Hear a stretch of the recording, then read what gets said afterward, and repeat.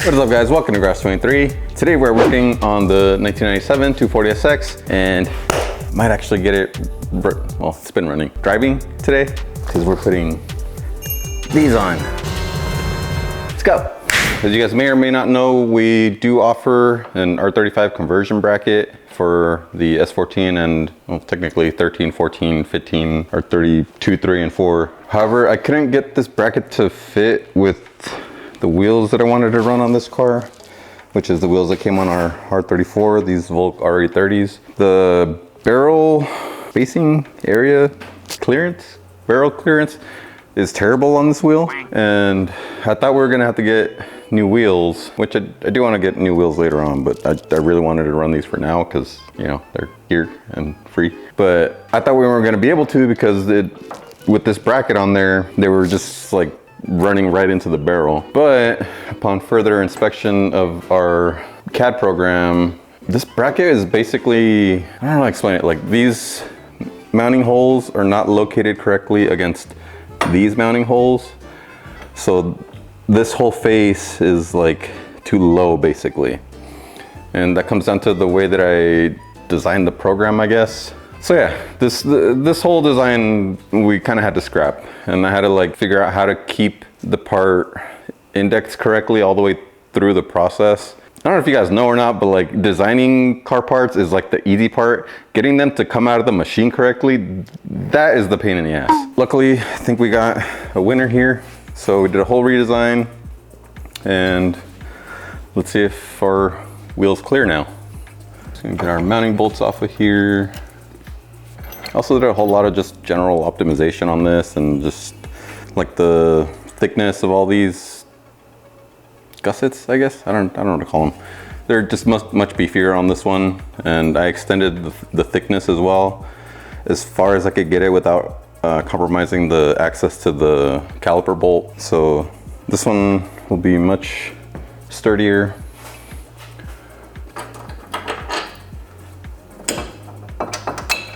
I also figured out that our machine can actually do rigid tapping. So that's a huge pain off of my ass because I don't have to thread these manually anymore. The machine does it perfectly on its own. So that was a little scary, the first run, but it works. So it's awesome. That's another issue I had with that one is if you thread something manually, you can kind of like go in crooked and then kind of compromises the thread a bit. Whereas if the machine does it, it's perfectly located. It's just much better. I still want to like do a 2.0 version of this because I couldn't figure out what to put on this face. So I just ended up just making it flat for this run since I didn't know if it was going to work yet. But most likely we'll try to put our logo or some kind of Japanese inspired design or something.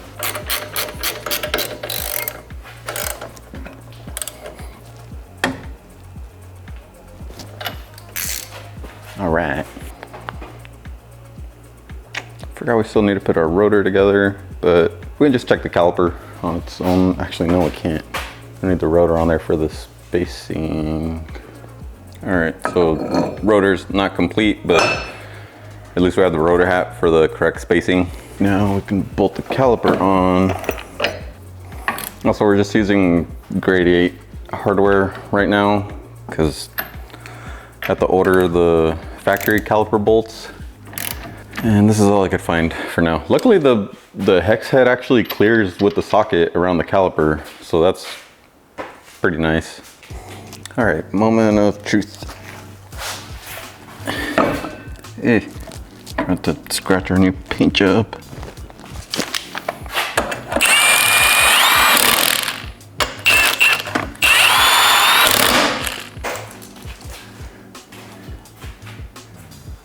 Yeah. Alrighty, so now that we know everything clears like it should, we can start putting the rest of the brakes together and then start mocking up our brake lines. First thing we need to do though is put the rotor together because we need 380 mil rotors and the other ones that we have are 390, so we need to take the hats off of those and put them on these because they're nicer than these hats. Let's get started with that.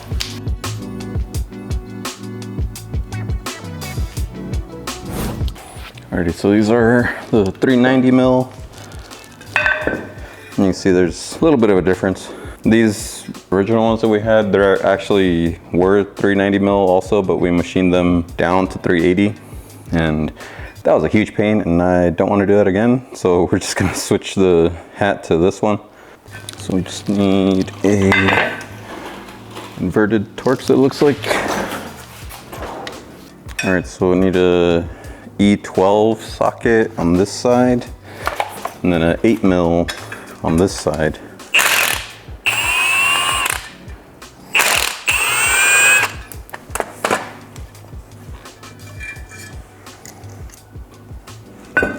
Okay.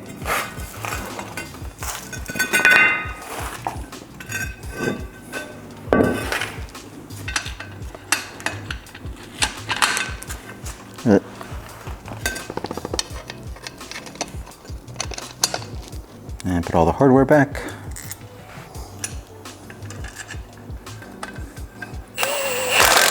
We're gonna do crisscross applesauce on these ones because I don't know if it matters or not.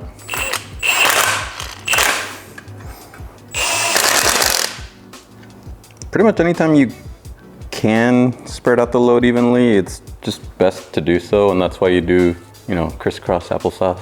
Just one bolt and then the bolt directly across from that one, and then next bolt, and then directly across, and just keep working like kind of like a star pattern. So otherwise, if you just start on one side and work all the way around, like metal seems like it's really like rigid, but it does flex, and if you do something like that, you're like flexing it in a way that would like potentially cause tension at the end on the last bolt. So does it actually matter? I don't know, but it's a little detail that I think makes it a little better. So why not do it? Okay, all of our bolts are nice and tight. So now I'm gonna take the caliper off again. And now for our rotor.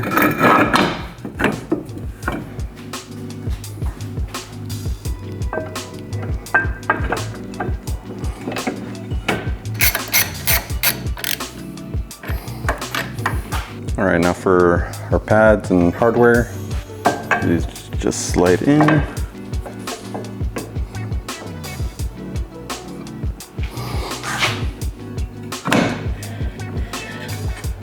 Okay, so we actually had to modify the pads quite a bit since we were focused on getting the whole package under that wheel specifically. The pads actually run into the rotor hat.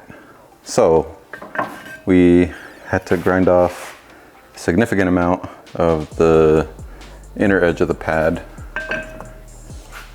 compared to the back. The backside one didn't need to be modified at all, really. Or just a little on the ends, but that's about 3/16 that we had to grind off the front pad. All right, so now we install our caliper pins or pad pins.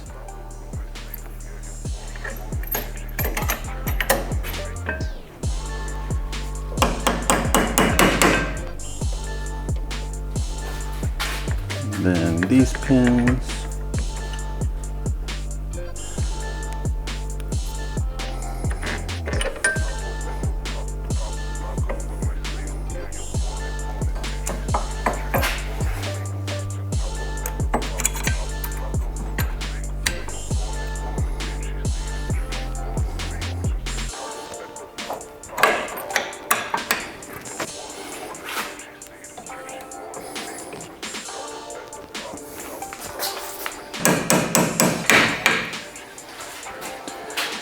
Okay.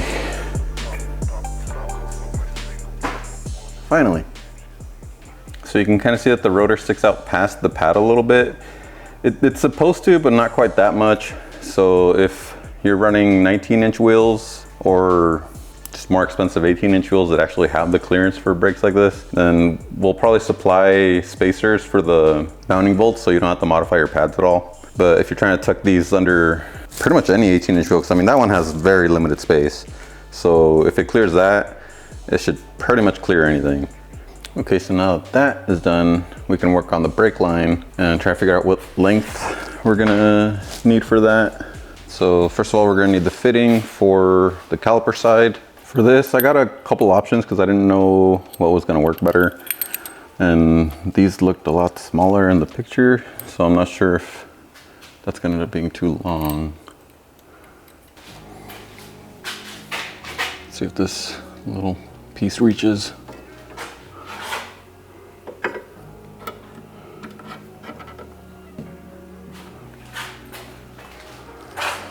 So that angle isn't great. So let's see what the other one looks like. Jeez. All right, so that piece we had laying around was 15, so we're gonna go with 16.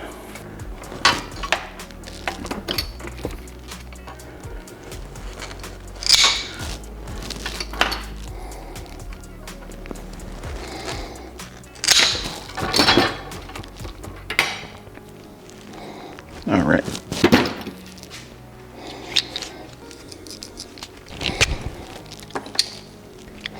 You'd think this would be a very simple part of the job to do, but this makes your hands cramp so bad after doing even like one pair.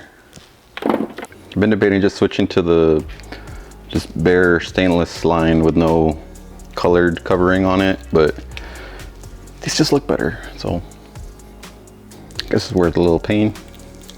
All right, so we're gonna put our chassis side fittings on first.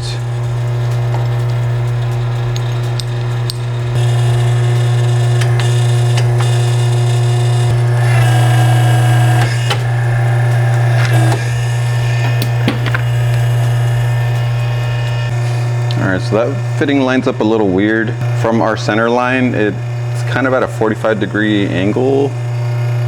So it's gonna be a little hard to judge.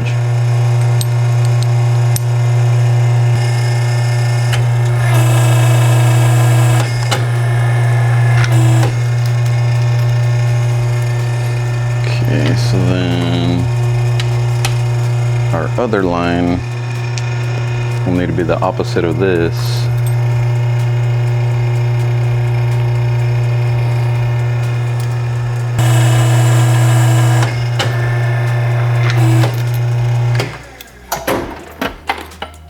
All right. Ta-da.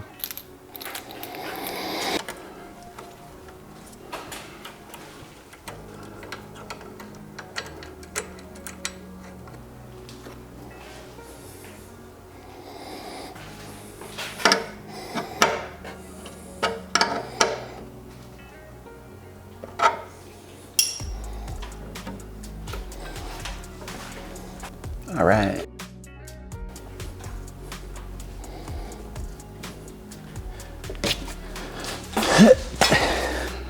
All right, just put in the line on the other side, and then we'll assemble this whole deal. Still have to grind down this brake pad. All right, so now we're gonna do the back, which we already have painted and installed. Just gonna put the pads on, which luckily don't need any modification. And then we'll mock up the brake line and get those crimped.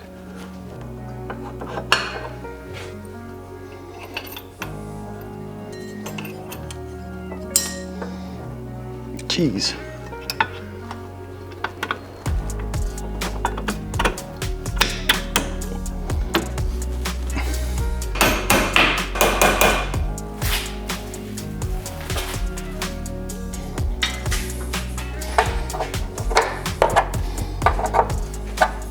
All right, so we got the calipers, pads, lines on front and back.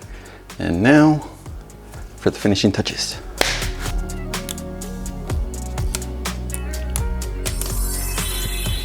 Yeah.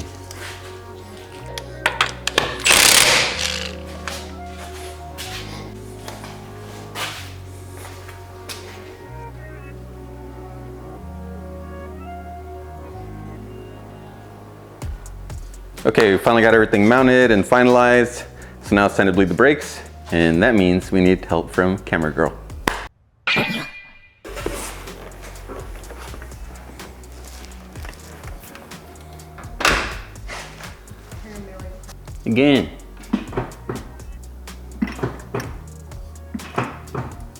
again.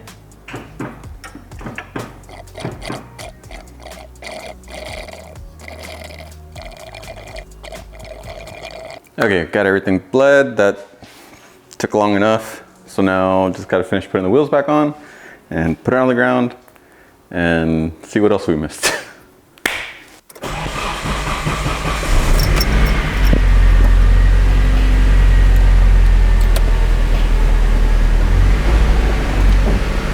Whoa, it stops.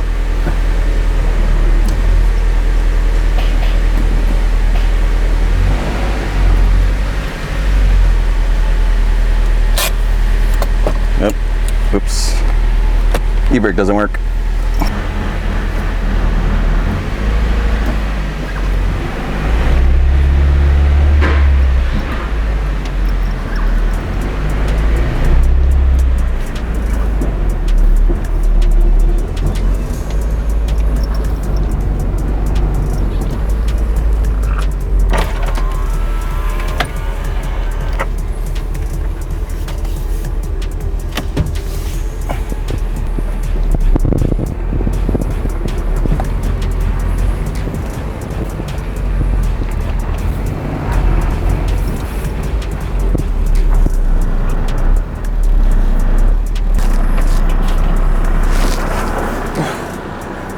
All right,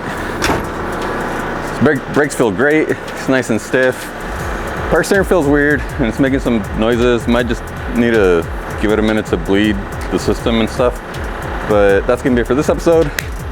Super happy with the progress. Car is finally out of the garage, and this is the first time this car has moved, and I don't even know how long the previous owner had it, but it's at least 5 years, probably more, ever since it was just like a bare chassis. So this is huge progress for this car. So thank you guys so much for watching. Remember, always do your best. Moshi moshi. Hi. Hi. なんで？いや、バナナが1000本必要だって言ったでしょ。やるだけ。